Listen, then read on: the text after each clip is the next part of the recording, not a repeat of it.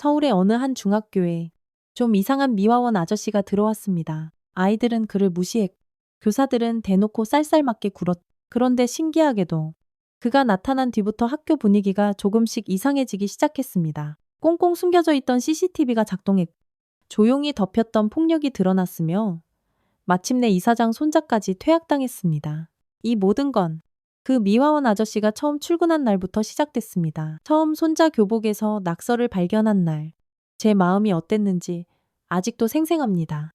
교육청장으로 30년을 근무하면서도 정작 제 가족의 아픔은 보지 못했던 거죠. 민준이는 매일 멍든 채 집에 돌아왔지만 항상 넘어졌어요 라는 말만 반복했습니다.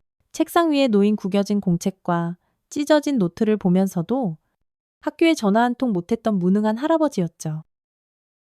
그날도 교육청 아침 회의 중이었습니다. 직원들이 이번 학기 폭력 통계가 감소했다며 싱글벙글하는 동안 저는 핸드폰에 저장된 민준이의 교복 사진을 몰래 바라보고 있었어요. 까만 교복 등판에 하얀 매직으로 그려진 낙서, 그리고 소매 부분에 묻은 의심스러운 얼룩들.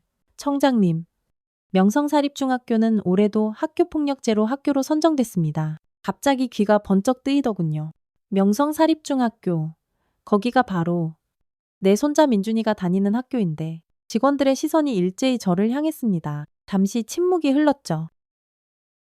혹시 그 아이 이름이 강태호라고 질문을 던진 순간 회의실 분위기가 미묘하게 변했습니다. 몇몇 직원들은 눈빛을 교환했고 발표하던 과장은 갑자기 헛기침을 하더군요. 아닙니다. 저희 손자반에 있는 아이 이름입니다. 계속하세요.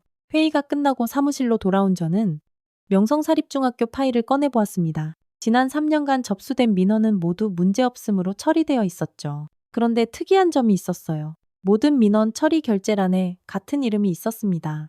강진성 이사장. 인터넷 검색 결과 강진성은 국내 대기업 창업주의 사위였습니다.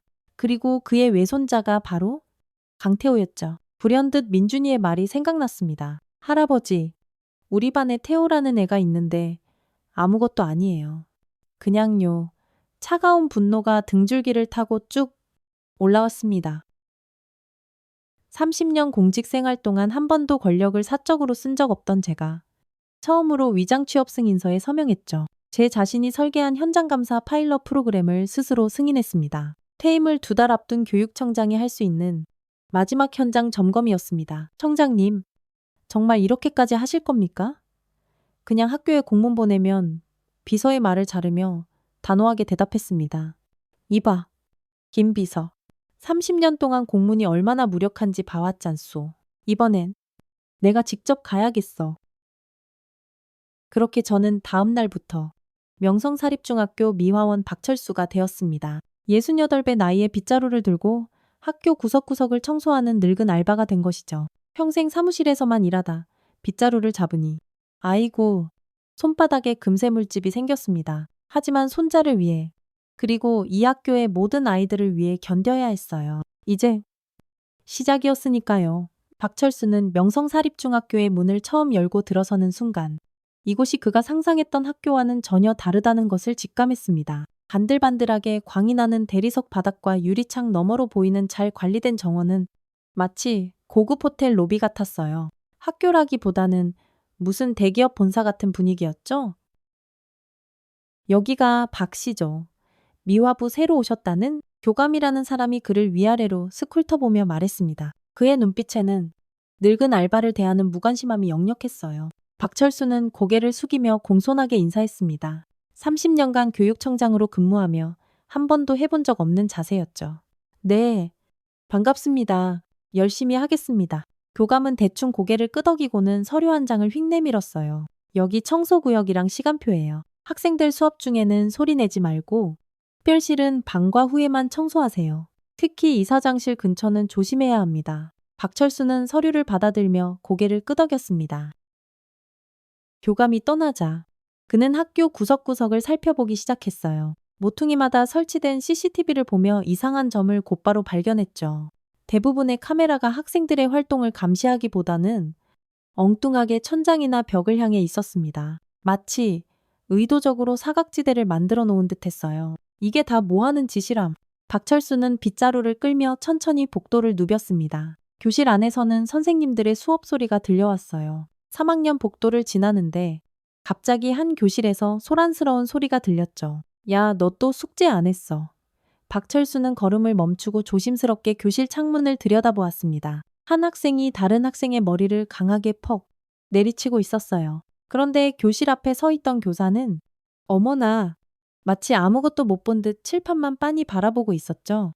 저 녀석이 강태호인가? 박철수는 주먹을 꽉 쥐었습니다. 하지만 지금은 행동할 때가 아니었어요. 더 많은 증거가 필요했죠. 점심시간.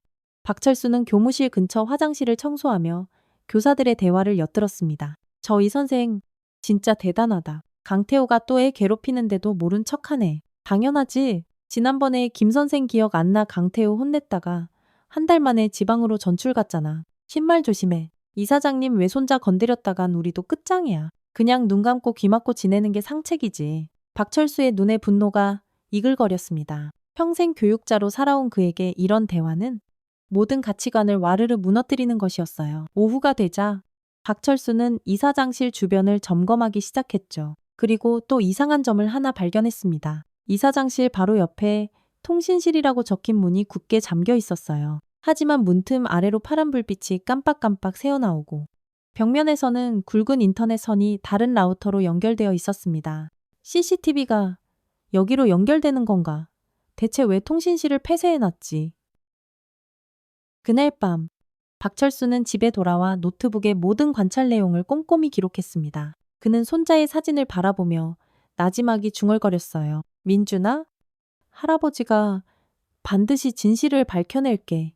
다음 날 박철수는 작은 녹음기를 교복 안쪽에 숨기고 출근했습니다. 벌써 두 번째 날인데도 아무도 그를 눈여겨보지 않았어요. 그는 이 학교의 투명 인간이었죠. 하지만 지금은 그것이 오히려 유리하게 작용했습니다. 아무도 그를 의심하지 않았으니까요.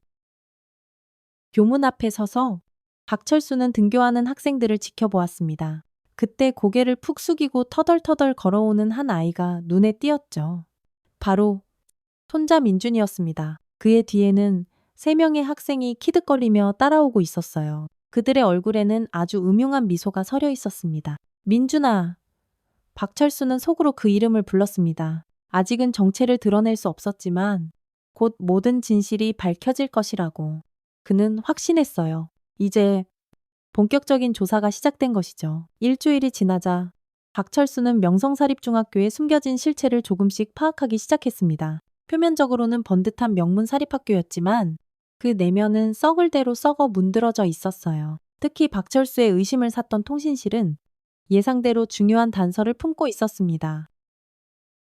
그는 청소를 핑계로 매일 이사장실 주변을 맴돌며 관찰했죠. 어느 날 아침 통신실에서 나오는 한 남자를 발견했습니다. 그가 떠난 후 박철수는 재빨리 통신실 문틈에 아주 작은 종이 조각을 끼워두었어요. 오후에 확인해 보니 아니나 다를까 종이가 바닥에 툭 떨어져 있었습니다. 누군가 출입했다는 명백한 증거였죠. 반드시 저 안을 확인해야 해. 야간 당직을 자원한 박철수는 마침내 텅 빈 학교에서 기회를 잡았습니다. 통신실 문은 잠겨 있었지만 30년 공직생활 중 어깨너머로 배운 특수한 기술로 조용히 문을 열었어요. 안에는 예상대로 여러 대의 모니터가 번쩍이고 있었습니다. 각 모니터는 학교 곳곳에 CCTV 영상을 보여주고 있었죠. 하지만 더 충격적인 것은 따로 있었어요. 이것들은 편집된 영상이잖아. 한쪽 컴퓨터에는 CCTV 백업 폴더가 있었고 그 안에는 날짜별로 2가지 버전의 영상이 저장되어 있었습니다. 하나는 원본, 다른 하나는 편집본. 편집본에서는 학생들 간의 폭력 장면이 감쪽같이 모두 삭제되어 있었죠. 이런 교활한 짓을 하고 있었군. 박철수는 재빨리 휴대폰으로 화면을 촬영하고 몇 개의 핵심 파일을 자신의 USB에 복사했습니다. 증거를 확보한 그는 조심스럽게 통신실을 빠져나왔어요. 그러나 복도를 지나던 중 갑자기 등 뒤에서 발자국 소리가 들렸습니다. 박철수는 재빨리 청소도구 뒤에 몸을 숨겼죠. 누구 있나요? 경비원의 목소리였습니다. 박철수는 숨을 죽이고 기다렸어요. 경비원의 발자국 소리가 멀어진 후 그는 살금살금 자신의 청소도구함으로 돌아와 USB를 깊숙이 숨겼습니다. 다음 날 박철수는 2층 화장실을 청소하고 있었습니다. 갑자기 한 여학생이 조심스럽게 다가왔어요. 그녀는 주변을 두리번 살핀 후 작은 쪽지를 쓱 내밀었습니다. 아저씨, 이거요. 쪽지를 받자마자 그녀는 뒤도 안 돌아보고 재빨리 달아났어요. 박철수는 쪽지를 펼쳤습니다. 오늘 방과 후 도서관 뒤편에서 만나주세요. 이민준 이야기가 있어요. 박철수의 심장이 쿵 하고 빠르게 뛰기 시작했습니다. 민준이에 관한 정보라니. 하지만 함정일 수도 있었죠. 그는 무척 조심스럽게 약속 장소로 향했습니다. 도서관 뒤편에는 아까 그 여학생이 불안한 표정으로 서 있었어요. 그녀는 주변을 계속 힐끔힐끔 살폈습니다. 저 박소희라고 해요. 민준이랑 같은 반이에요. 박철수는 긴장한 표정으로 그녀를 바라보았죠. 왜 나를 찾아온 거지? 소희는 조심스럽게 휴대폰을 꺼냈습니다. 그리고 아주 작은 목소리로 말했어요. 저도 맞았어요. CCTV는 꺼져 있었고 선생님은 못 봤다고 했어요. 하지만 민준이는 매일 당해요. 그녀는 휴대폰을 조작하여 녹음 파일을 재생했습니다. 박철수는 귀를 기울였어요. 야, 이민준, 오늘도 돈 안 가져왔냐? 아주 혼쭐나 볼래 이어지는 소리에 박철수의 얼굴이 돌처럼 굳어졌습니다. 정단유 하는 둔탁한 소리와 함께 누군가 끙 하고 신음하는 소리, 그리고 역겨운 웃음소리가 섞여 있었어요. 이거 언제 녹음한 거니? 일주일 전이요. 교실 뒤에서 몰래 녹음했어요. 태훈의 애들은 항상 쉬는 시간에 민준이를 괴롭혀요. 선생님들은 다 알면서도 모른 척해요. 박철수의 손이 부들부들 떨렸습니다. 분노와 슬픔이 뒤섞인 감정이 한꺼번에 밀려왔죠. 세상에, 내 손자가 이런 끔찍한 일을 당하고 있었다니. 왜 이걸 나에게 주는 거니? 소희는 잠시 망설이더니 결심한 듯 대답했어요. 아저씨가 보통 아저씨가 아니란 걸 알아요. 매일 CCTV를 살피고 뭔가를 계속 기록하는 모습을 봤어요. 아저씨라면 뭔가 할 수 있을 것 같았어요. 박철수는 깊은 숨을 내쉬었습니다. 그의 위장이 들통난 것 같았지만 오히려 천군만마를 얻은 기분이었죠. 고맙다. 소희야. 이 녹음 파일. 혹시 더 있니? 소희는 고개를 끄덕였습니다. 그녀의 눈에는 희망의 빛이 어리고 있었어요. 네. 몇 개 더 있어요? 그리고 저 말고도 다른 아이들도 같은 경험이 있어요. 그날 밤, 박철수는 소희에게 받은 녹음 파일을 자신의 사무실 서버에 안전하게 백업했습니다. 이제 그는 혼자가 아니었어요. 정의를 바라는 작은 동맹이 생긴 것이죠. 소희와의 만남 이후 박철수는 본격적인 반격을 준비했습니다. 학교 내에 뿌리 깊게 밝힌 조직적인 폭력을 밝히기 위해서는 누구도 반박할 수 없는 단단한 증거가 필요했어요. 이제 그에게는 소희라는 내부 협력자가 생겼고 통신실의 비밀도 파악했습니다. 다음 단계로 넘어갈 시간이었습니다. 소희야, 이건 정말 위험한 일이다. 확실히 도울 수 있겠니? 방과 후 도서관에서 다시 만난 박철수와 소희는 비밀 작전 계획을 세웠습니다. 소희의 눈빛은 놀랍도록 단호했어요. 네, 할 수 있어요. 저도 더는 참을 수 없어요. 어른이 지켜준다면 우리도 더 이상 참지 않아요. 박철수는 조그만 가방을 열었습니다. 안에는 여러 개의 소형 녹음기와 초소형 카메라가 들어 있었어요. 교육청장으로서 이런 특수 장비를 조달하는 것은 식은 죽 먹기였죠. 이 장비들을 주요 장소에 설치해야 해. 특히 강태호가 자주 가는 곳이 어디니? 소희는 잠시 생각하더니 망설임 없이 대답했습니다. 체육관 뒤편 계단, 급식실 맨 구석 자리, 그리고 3학년 빈 교실이요. 태훈의 애들은 주로 거기서 모여요.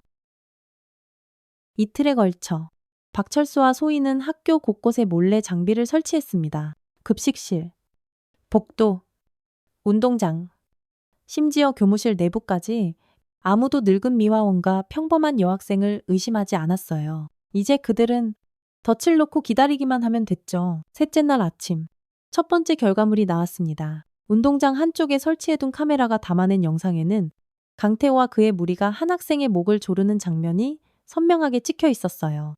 그 학생은 바로 민준이었습니다. 야, 저 이민준 새끼 아직도 안 오네. 진짜 센 척은 혼자 다 해요. 강태호의 비웃는 목소리가 생생하게 들렸습니다. 박철수의 손이 분노로 부들부들 떨렸어요. 사랑하는 손자가 당하는 모습을 두 눈으로 지켜보는 것은 정말이지 너무나 고통스러웠죠. 하지만 그는 참아야 했습니다. 더 큰 정의를 위해서였어요. 교무실에 설치한 녹음기는 더 충격적인 대화를 포착했습니다. 아, 정말 강 이사장님 외손자 때문에 골치 아프네요. 또 다른 학생을 때렸다는 민원이 들어왔어요.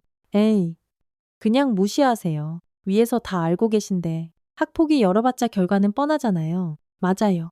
괜히 이사장님 눈 밖에 났다간 우리 목만 날아간다고요. 그냥 눈 감고 귀 막고 지내는 게 최고예요.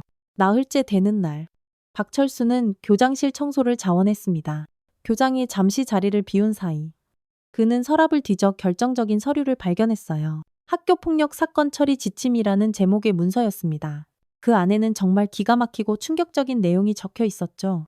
특별관리 대상 학생 관련 사건은 반드시 이사장실의 사전 승인을 거칠 것. 특별관리 대상 강태호 3학년, 이진규 2학년, 최연수 1학년. 모든 것이 명확해졌습니다. 이 학교는 특정 학생들에게 폭력 면죄부를 주고 있었어요. 그리고 그 중심에는 이사장 손자 강태호가 있었죠. 오늘 방과 후모이자 중요한 걸 발견했어. 박철수는 소희에게 쪽지를 전달했습니다. 그날 저녁 두 사람은 학교 뒤편 공원에서 만났어요. 박철수는 자신이 모은 모든 증거를 보여주었습니다. 이걸로 충분할까요?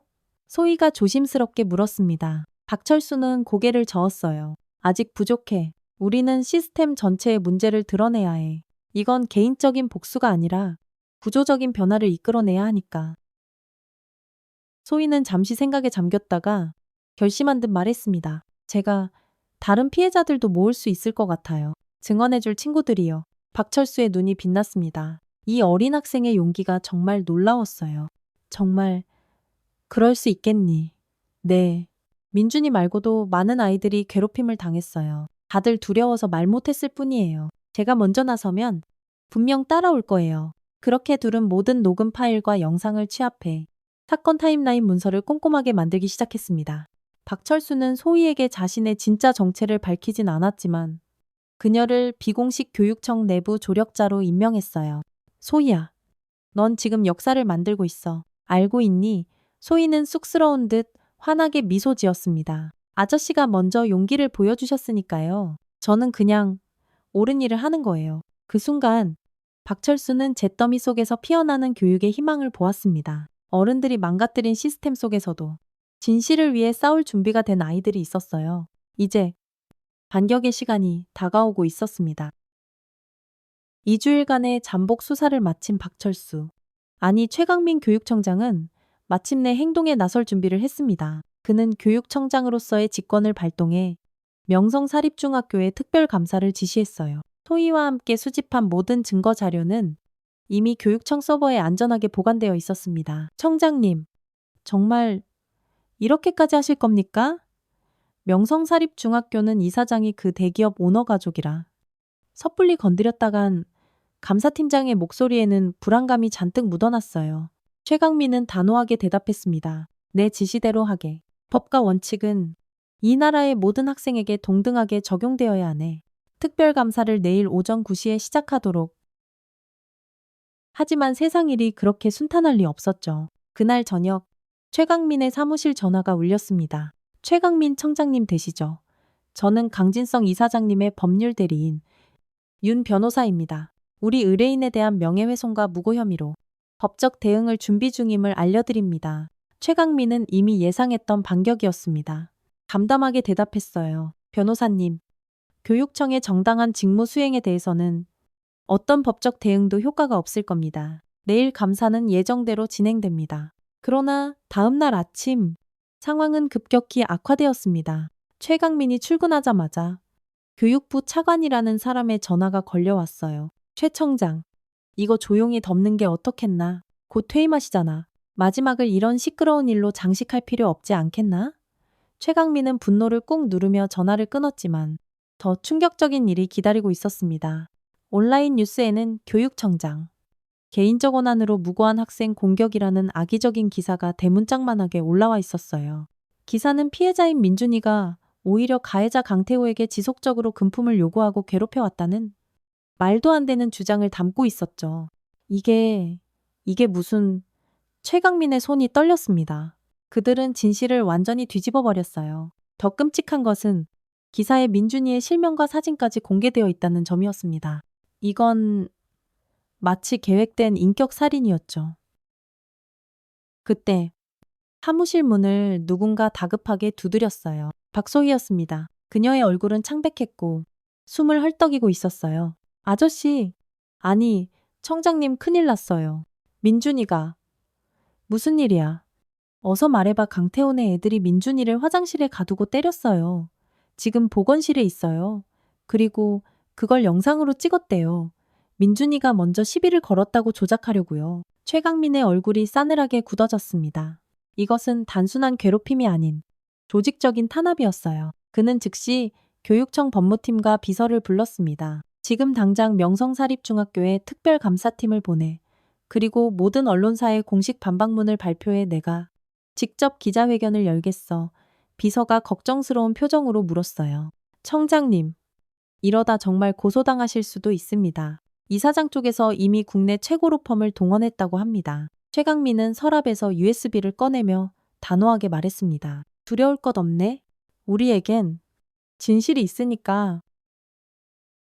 그날 오후 최강민은 전국 언론을 상대로 기자회견을 열었어요. 그는 명성사립중학교에서 수집한 모든 증거를 남김없이 공개했습니다. 조작된 CCTV 영상, 학생들의 끔찍한 폭력 장면, 교사들의 방관하는 대화, 그리고 학교 측의 조직적인 은폐 문서까지. 저는 교육청장으로서 제 마지막 임무를 수행하고 있습니다. 그것은 바로 모든 학생이 안전하게 배울 권리를 지키는 것입니다. 저는 어떤 권력이나 압력에도 굴복하지 않겠습니다. 기자회견장 한쪽에는 박소희를 포함한 10명의 학생들이 나란히 서 있었어요. 그들은 모두 용기 있게 자신들의 경험을 증언했습니다. 소희가 마이크 앞에 섰을 때 그녀의 목소리는 조금도 떨리지 않았어요. 저희는 더 이상 침묵하지 않겠습니다. 어른들이 우리를 보호하지 않았지만 이제 우리가 스스로를 지킬 거예요. 진실은 언제나 이깁니다. 증거와 증언이 너무나 명백하고 압도적이었기에 그 누구도 감히 부정할 수 없었죠. 언론은 일제히 교육 시스템의 부패와 권력형 학교 폭력 문제를 집중적으로 보도하기 시작했습니다. 그날 밤 최강민은 병원에 있는 손자를 찾아갔어요. 민준이는 상처투성이 얼굴로 할아버지를 바라보았습니다. 할아버지, 왜 여기에? 최강민은 손자의 손을 꼭 잡았습니다. 더 이상 감출 필요가 없었어요. 이제 다 끝났다. 민준아, 할아버지가 꼭 지켜줄게. 기자회견 이후 사태는 걷잡을 수 없이 확산되었습니다. 명성사립중학교 학교 폭력 사건은 단순한 학교 문제를 넘어 대한민국 전체를 뒤흔드는 사회적 이슈로 발전했어요. 언론은 연일 특권층의 폭력과 교육 시스템의 부패를 집중 보도했습니다. 그러나 강진성 이사장 측의 반격 역시 만만치 않았죠. 다음 날 아침, 최강민의 사무실로 아주 두꺼운 서류 봉투가 배달되었습니다. 법원에 가처분 신청서였어요. 강진성 이사장은 최강민을 상대로 명예훼손 손해배상 10억 원과 함께 모든 증거자료 공개 금지 가처분을 신청한 것이었. 저들의 수법은 언제나 똑같군. 최강민은 담담하게 서류를 내려놓았습니다. 하지만 상황은 점점 악화되었어요. 같은 날 오후, 교육부 장관이 직접 전화를 걸어왔습니다. 최 청장, 자네 이러다 모든 걸 잃을 수 있네? 정년 퇴임도 얼마 안 남았는데 평생 쌓아온 명예가 한순간에 무너질 수 있어. 지금이라도 사과하고 모든 자료를 회수하는 게 어떻겠나. 최강민은 창밖을 바라보며 나지막이 대답했어요. 장관님, 제가 평생 쌓아온 명예가 대체 무엇입니까? 진실을 외면하고 불의에 침묵하는 것이 명예라면 차라리 그런 명예는 버리겠습니다. 그날 저녁 뉴스에는 정말 충격적인 보도가 나왔어요. 최강민 교육청장, 개인 감정으로 무고한 학생 탄압이라는 제목의 뉴스였습니다. 강태호 측은 민준이가 오히려 다른 학생들을 괴롭혔다는 허위 증언을 확보했고 그것이 뉴스에 그대로 보도된 것이었죠. 더 끔찍한 것은 민준이를 문제아로 묘사하는 왜곡된 학교생활 기록부가 언론에 유출되었다는 점이었어요. 사무실 전화가 쉴 새 없이 울렸습니다. 교육청 직원들은 불안에 떨었고 심지어 일부 감사팀원들은 갑자기 병가를 내고 잠적했어요. 최강민은 점점 더 깊은 고립감에 빠지고 있었습니다. 청장님, 어쩌면 좋죠. 언론에서는 계속 부정적인 보도가 나오고 이사장 측에서는 법적 조치를 강화하고 있어요. 비서의 걱정스러운 목소리에 최강민은 깊은 숨을 내쉬었어요. 걱정 마. 아직 우리의 마지막 카드가 남아있어. 바로 그때 사무실 문이 열리고 박소희가 들어왔습니다. 그런데 그녀의 뒤로 20명이 넘는 학생들이 조용히 따라 들어왔어요. 모두 명성사립중학교 학생들이었. 아저씨, 아니, 청장님, 저희가 왔어요. 모두 증언할 준비가 됐어요. 소희의 눈빛은 그 어느 때보다 단단하고 결연했습니다. 그녀는 최강민에게 태블릿을 건넸어요. 그리고 이것 좀 보세요. 화면에는 한 온라인 커뮤니티 게시판이 펼쳐져 있었습니다. 최강민 교육청장을 지지합니다. 해시태그와 함께 수천 개의 글이 실시간으로 올라오고 있었어요. 학부모들, 다른 학교 교사들, 그리고 일반 시민들까지 모두 최강민의 용기에 지지를 표하고 있었습니다. 전국 학부모 연합에서 청장님 지지 성명을 발표했어요. 그리고 저희 학교 졸업생 선배님들도 연대 서명을 시작했대요. 최강민의 눈시울이 뜨거워졌어요. 그는 깊은 숨을 내쉬고 자리에서 일어났습니다. 모두에게 연락하게. 지금 당장 다시 기자회견을 열겠네. 2시간 후 최강민은 30명의 학생들과 함께 교육청 현관 앞에 섰습니다. 수백 대의 카메라 플래시가 쉴 새 없이 팡팡 터졌어요. 이번엔 박소희가 가장 먼저 마이크 앞에 섰습니다. 저는 박소희입니다. 명성사립중학교 2학년입니다. 저희는 더 이상 두렵지 않습니다. 저희는 진실을 말하기 위해 이 자리에 왔습니다. 학생들은 차례로 앞으로 나와 자신들이 직접 경험한 폭력과 학교의 잔인한 은폐 과정을 증언했어요. 그들의 증언은 너무나 구체적이고 일관되어서 누구도 의심할 수 없었습니다. 마지막으로 최강민이 마이크 앞에 섰어요. 제가 가진 마지막 증거를 공개하겠습니다. 그는 커다란 화면에 영상을 띄웠습니다. 그것은 바로 이사장실에서 교장과 강진성 이사장이 나누는 대화 영상이었어요. 영상 속에서 그들은 학교 폭력 사건을 어떻게 은폐할지, 그리고 피해 학생들을 돈으로 어떻게 회유할지 구체적으로 논의하고 있었습니다. 기자회견이 생중계되는 동안 정말 놀라운 일이 벌어졌어요. 강태호의 외가 쪽 대기업의 주가가 실시간으로 급락하기 시작했습니다. 분노한 소비자들은 불매운동을 선언했고 투자자들은 주식을 대량으로 매도했죠. 사회적 압박이 거대한 경제적 압박으로 이어진 것이었습니다. 그날 밤 국회 교육위원회는 긴급회의를 소집했어요. 여야 할 것 없이 모든 의원들이 학교폭력 은폐 문제의 심각성을 지적했고 특별조사위원회 구성을 만장일치로 결의했습니다. 온라인에서는 이래서 공직자는 사람이 먼저여야 한다는 댓글이 수만 개 달렸고 시민들의 응원 릴레이가 밤새 계속되었어요. 단 하루 만에 상황이 완전히 뒤바뀐 것이었습니다. 최강민의 용기 있는 행동과 학생들의 증언은 대한민국 전체를 뒤흔들었습니다. 다음 날 아침 모든 방송과 신문의 헤드라인은 명성사립중학교와 강진성 이사장에 관한 내용으로 도배되었어요. 특권층의 추악한 폭력, 썩어빠진 교육 시스템, 한 교육자의 위대한 용기 같은 제목들이 지면을 가득 장식했다. 전국학부모연합회는 긴급 기자회견을 열어 최강민 청장에 대한 전폭적인 지지를 선언했습니다. 회장은 떨리는 목소리로 성명서를 읽어내려갔어요. 우리 아이들의 안전과 교육 환경을 위해 홀로 싸우신 최강민 청장님의 용기에 깊은 경의를 표합니다. 이제 모든 학부모가 그와 함께하겠습니다. 이것은 한 학교의 문제가 아니라 우리 교육 시스템 전체의 문제입니다. 대형 포털 사이트에는 최강민 청장 지지 서명 운동이 시작되었고 단 하루 만에 100만 명이 넘는 사람들이 동참했어요. 정말 누구도 예상하지 못했던 폭발적인 반응이었죠. 서울 시내 곳곳에서는 자발적인 시민 집회가 열렸습니다. 우리 아이들을 지켜주세요. 교육의 특권은 없다. 최강민 청장을 지지합니다. 등에 피켓을 든 시민들이 광장으로 모여들었어요. 특히 교복을 입은 학생들의 참여가 눈에 띄었습니다. 바로 이 땅의 중학생과 고등학생들이 용기 있게 자신들의 목소리를 내기 시작한 것이죠. 국회에서도 아주 큰 움직임이 있었습니다. 여야를 막론하고 의원들은 교육위원회 긴급회의를 소집했고 여야 대표는 공동성명을 통해 특별법 제정을 약속했죠. 학교폭력 은폐 방지 및 피해자 보호를 위한 특별법을 즉시 제정하겠습니다. 이번 사태를 계기로 우리 교육 현장의 구조적 문제를 반드시 해결하겠습니다. 최강민은 사무실에서 이 모든 상황을 지켜보며 깊은 감회에 빠졌어요. 그의 곁에는 박소희가 서 있었습니다. 아저씨, 정말 대단해요. 모든 사람들이 우리 편이에요. 최강민은 쓸쓸한 미소를 지었습니다. 이게 다 내 덕분이야. 소희야. 너희들이 아니었다면 나는 그저 평범한 미화원으로 남았을 거야. 그때 비서가 급하게 들어왔어요. 청장님, 강 이사장 외가 쪽 대기업 주가가 30% 폭락했습니다. 투자자들이 대량으로 주식을 팔고 있습니다. 그리고 이사장이 면담을 요청했습니다. 최강민의 눈이 빛났죠. 드디어 진짜 변화의 조짐이 보이기 시작한 것입니다. 언제라고 하던가 지금 바로요?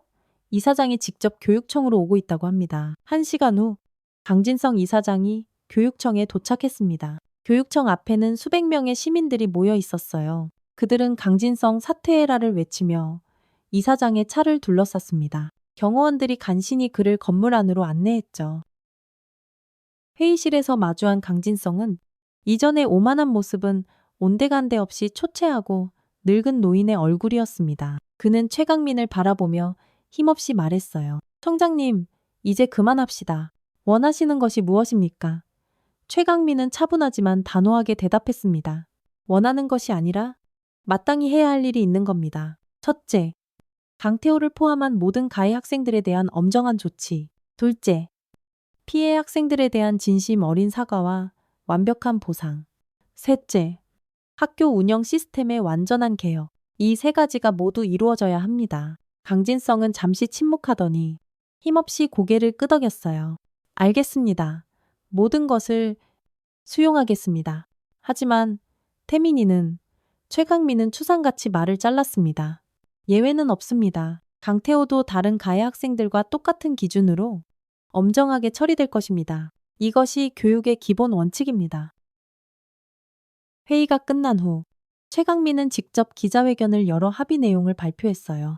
명성사립중학교는 전면적인 개혁을 시작할 것이며 모든 가해 학생들은 법과 원칙에 따라 엄정한 처분을 받게 될 것이라고 밝혔습니다. 결국 강태호는 퇴학 처분을 받 소년보호심사 대상이 되었죠. 온라인에서는 시민들의 댓글이 폭주했습니다. 이래서 공직자도 사람이어야 한다. 최강민 같은 어른이 더 많아져야 한다. 우리 아이들의 영웅이 나타났다. 다음 날 전국 각지의 학교에서는 학교폭력 바로 알기 특별 수업이 진행되었습니다. 교육부는 최강민이 시작했던 현장 감사 프로그램을 전국적으로 확대하기로 결정했어요. 한 사람의 작은 행동이 이제 교육 시스템 전체를 바꾸기 시작한 것이죠. 그날 저녁 박소희는 최강민의 사무실을 찾아왔습니다. 그녀의 눈에는 기쁨의 눈물이 글썽이고 있었어요. 아저씨, 민준이가 오늘 웃었어요. 정말 오랜만에 본 웃음이었어요. 최강민의 가슴이 따뜻해졌습니다. 모든 것이 제자리를 찾아가고 있었어요. 그는 창밖을 바라보며 중얼거렸습니다. 폭력을 뽑아내는 일. 그래, 그게 바로 교육의 진짜 시작이지. 한 달이 지난 명성사립중학교는 완전히 다른 모습으로 다시 태어나 있었습니다. 햇살이 가득한 교정에는 학생들의 웃음소리가 넘쳐났고 복도에는 새로운 활기가 싱그럽게 흘렀어요. 최강민은 마지막으로 이곳을 방문하기 위해 교문 앞에 서 있었습니다. 이번에는 미화원도 교육청장도 아닌 그저 한 명의 평범한 할아버지로서였죠. 어머, 오셨습니까? 어서 오세요. 새로 부임한 이선영 교장이 환한 미소로 그를 맞이했어요. 명성사립중학교는 철저한 개혁 과정을 거쳤습니다. 이사장이 물러나고 새로운 이사회가 구성되었으며 학교 폭력을 방관했던 교사들은 모두 응당한 징계를 받았죠. 이선영 교장은 학교 폭력 예방 전문가로서 특별히 발탁된 분이었습니다. 하하. 이제 청장이 아닌데요. 그냥 박도검이라고 불러주세요. 복도를 걸으며 최강민은 달라진 학교의 모습에 감탄했습니다. 전에는 일부러 사각지대를 만들었던 CCTV는 이제 학생 안전을 위해 올바른 위치에 설치되어 있었고 벽에는 학생들이 직접 그린 우리가 만드는 안전한 학교 포스터가 가득했어요. 무엇보다 아이들의 표정이 달랐습니다. 두려움 대신 자신감이 활짝 피어 있었죠. 오늘이 아주 특별한 날입니다. 전교회장 선거 날이거든요. 이 교장의 말에 최강민은 빙그레 미소를 지었어요. 그는 이미 알고 있었습니다. 박소희가 전교회장에 출마했다는 사실을요. 소희는 이 학교의 변화를 이끈 상징적인 인물이 되었습니다. 용기 있게 진실을 말한 그녀의 행동은 다른 모든 학생들에게도 큰 영향을 미쳤어요. 강당에 들어서자 학생들의 우레와 같은 함성이 터져 나왔습니다. 최강민의 등장에 모두가 자리에서 일어나 박수를 쳤어요. 그는 쑥스러운 듯 고개를 숙이며 조용히 뒷자리에 앉았습니다. 선거 연설이 시작되었고 마지막 순서로 소희가 단상에 올랐어요. 그녀는 조금도 떨지 않고 당당한 모습으로 마이크 앞에 섰습니다. 저는 박소희입니다. 저는 여러분의 용기를 대표하고 싶습니다. 우리 학교는 변했습니다. 두려움 대신 희망이 자라나는 곳으로요. 저는 이 변화를 계속 이어가고 싶습니다. 어떤 불의에도 침묵하지 않는 학교. 서로를 존중하고 아껴주는 공동체를 만들고 싶습니다. 그녀의 연설에 강당은 떠나갈 듯 뜨거운 박수로 가득 찼습니다. 최강민의 눈시울이 뜨거워졌어요. 작은 용기 하나가 이토록 큰 변화를 만들어낼 수 있다니 그는 다시 한번 교육의 힘을 온몸으로 실감했습니다.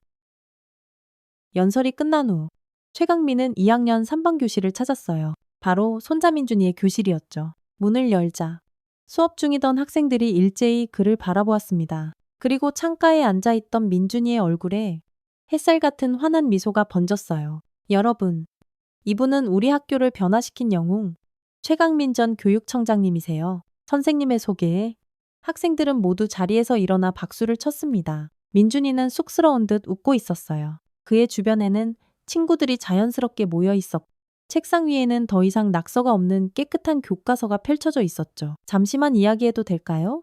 최강민은 조용히 말을 이었습니다. 여러분, 교육의 가장 큰 적은 폭력과 침묵입니다. 누군가 괴롭힘을 당할 때 나만 아니면 돼 하고 모른 척하는 것.